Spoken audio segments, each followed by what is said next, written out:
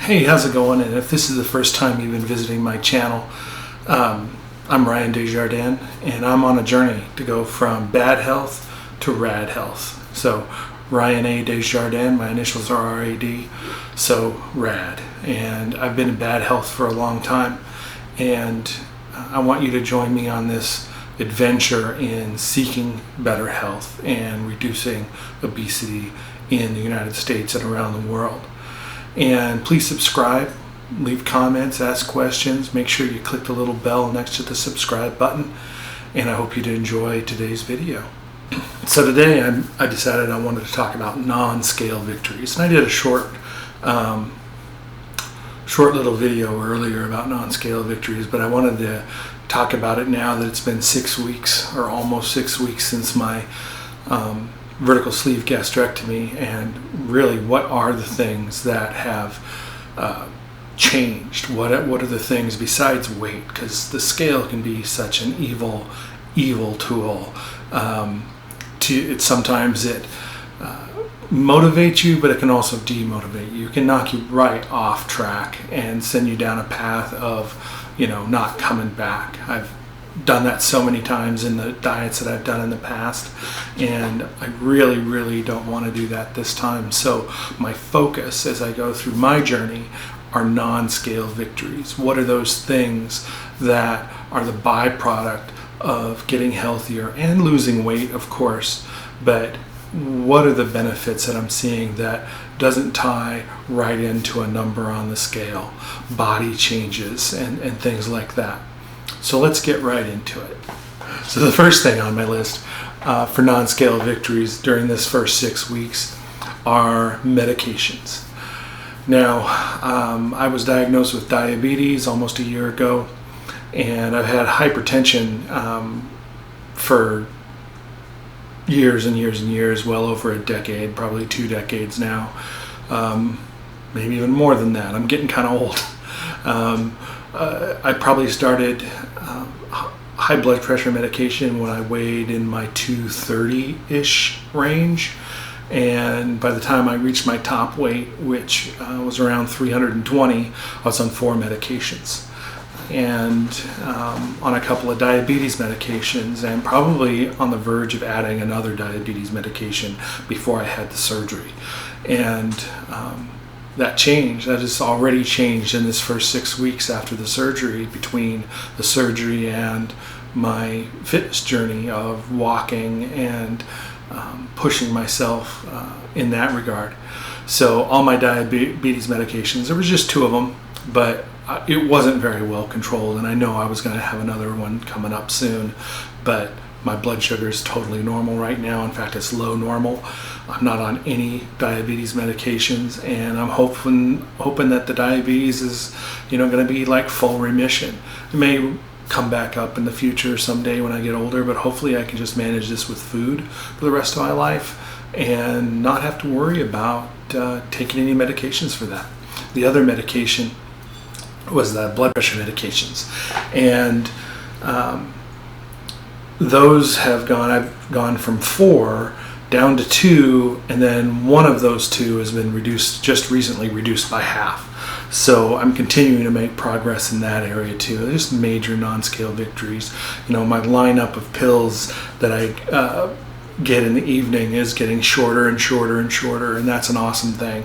And really love that. It makes me feel so good. Next thing I've already started seeing as I go through this first 6 week period is I've already started putting on the next size down in shirts. So I'm going from a double XL to a single XL, and shorts and shirts and pants. All my pants are getting way too baggy. They look ridiculous, and that's just like so wickedly motivating, and I'm getting rid of them. Like, I'm going to keep maybe a couple for a while to work in when I go out and get dirty in the shop or something like that.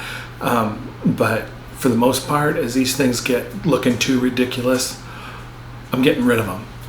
Maybe save a couple just for photo references of here's where I was, here's where I am now kind of thing. But really, I'm just getting rid of them, and that feels like so awesome. I'm just putting them in the too big to wear pile. And at some point, I'm going to get up in my garage. There's a bin labeled in that garage, Ryan's Little Clothes, or something like that. And it's a bunch of clothes that, they may be out of style, although it's probably a lot of t-shirts, probably still okay, but larges and mediums that I haven't worn for who knows how long. There might even be some shirts from high school in there. And we're going to put those puppies back on when the time comes and just keep getting rid of the big clothes, because we're not going back there again. Okay, so one of the things I just realized the other week was I could bend over when I'm sitting and I'm going to put my socks and shoes on. I could bend over, put on my socks and my shoes, tie my shoes, and I could breathe. Like, how many people, I don't know how many people worry about that or think about that, but I realized that, and I knew, I was holding my breath because my gut was so big that my diaphragm was getting pushed up into my lungs, and so I'd have to hold my breath. Same thing if I had to clip toenails. And it takes me a lot to say the word toenails because I think toenails are really gross, personally. Maybe not well manicured, colored lady toenails, but guy toenails, gross. And clipping them, also kind of gross. But I had to say it because I would have to hold my breath and take a break like halfway through each toe. And that was no fun. And man, I was just able to go at it the other day like a lawnmower, right across those feet. It was pretty awesome. So another big victory that's going on right now is every week I'm making new strides in my walking plan. And it was just 5.5 weeks ago when it probably took me 20 minutes to walk less than half a mile. Like, my hip flexors were just in total pain and just awful. And I could barely, it was just so uncomfortable, but I did it and I kept doing it. And I stretched it out a little further. And just this past Sunday, I did a 8.7 mile walk, averaged a 20-minute pace, which is 3 miles an hour for the entire thing, for all 8.7 miles. And I was proud as hell. Like, I couldn't believe I'd done it. And it was awesome. And then just this morning, I decided to go for a record time pace on a walk. And I said, it's going to be a 3 mile walk. We're going to try to see if I can do the fastest pace I've done so far since I started walking after surgery. And I did it, man. I did 3 miles. My first mile was like 17 minutes, 48 seconds. My second mile was 16 minutes, 12 seconds. And my last mile was 16 minutes, 13 seconds, which was previously my fastest mile time. I did a 2 mile walk where my mile average was 18 minutes, 55 seconds. So I crushed that, baby. I crushed it. And just felt really, really good. And, again, these are non-scale victories. And yeah, of course, losing weight is helping. There's no doubt about it. But I don't have to concentrate on that number to feel grateful for these changes. And that's the attitude I think that you really have to take with it. So another non-scale victory is my overall body inflammation has gone way down. I used to have a lot of swelling and fluid and puffiness around my ankles and my calves, and my wife would say that basically my calves between my knee and my ankle was like just a solid tube. And now thereyou can see the definition in my calves. You can see my ankles, so the cankles are gone, if you want to say it that way. It's pretty awesome. So that's another non-scale victory. So another thing is my skin. primarily on my face. Say hi to Worf. Hello, Worf. He's our old cat. He's 17, maybe close to 18. Pretty much is everywhere that I go. He'd just assume that I just sit around and do nothing all the time, wouldn't you? Yeah, you're a good boy. So, back to my skin. I have this condition on my face called sebaceous hyperplasia, which are like overactive oil glands. And I am pretty darn certain that it had a lot to do with what I was eating over the course of decades, essentially. And my skin was always oily. I had like massive flakes always flaking out of my eyebrows here and onto my glasses and all over my shirts and things like that, just flaking all the time. I tried to scrub them really well, nothing really helped. My skin was just always oily to the touch and gross, so I'm describing myself and it was gross. That's just the bottom line. That's gone. And I know this has a lot to do with what I'm eating now, but that's kind of the point, right? I mean, the sebaceous bumps are still there, but some of them have completely disappeared. Some of the ones that were really big, you can still see, depending on the lighting and that kind of thing, but it's way, way, way, way better and just feels better. I'm not itchy all the time. I had all kinds of itchiness all over the place, and it's gone. It's comfortable. It feels good. It's awesome. Okay, we're gonna get super real here. It's easier to wipe my ass. Bam, I said it. Truth. It's truth.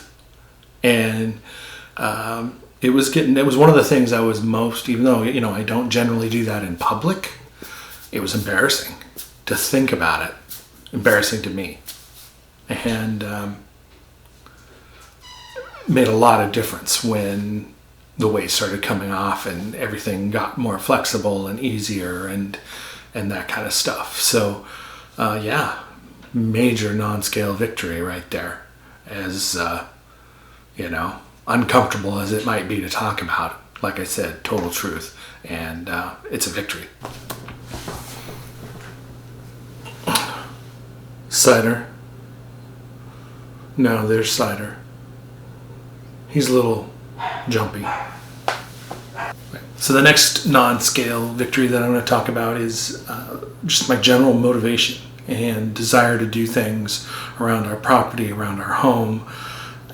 We live in a pretty small house on about 8¼ acres, but there's lots of stuff to do, and had lots of big ideas when we moved out here, and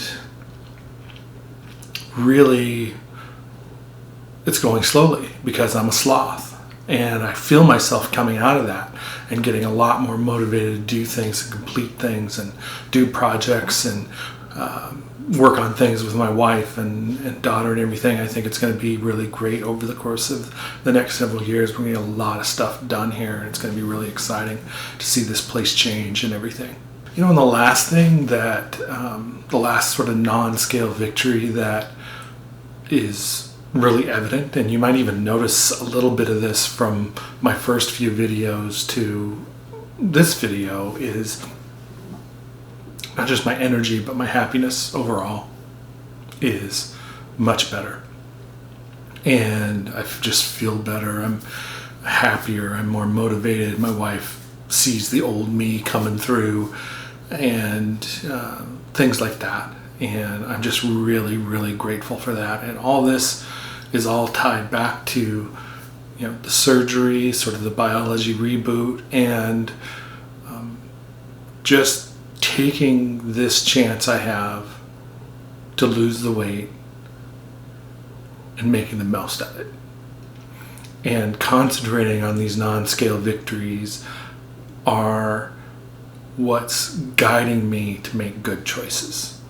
The scale numbers is not they're not guiding me to make those good choices. It's the positive things in my life that increase in the quality of life that I'm going to experience if I make good choices. That is what I'm really looking at, and that is what I'm measuring my success against. Yeah, of course, I'm going to look at the scale,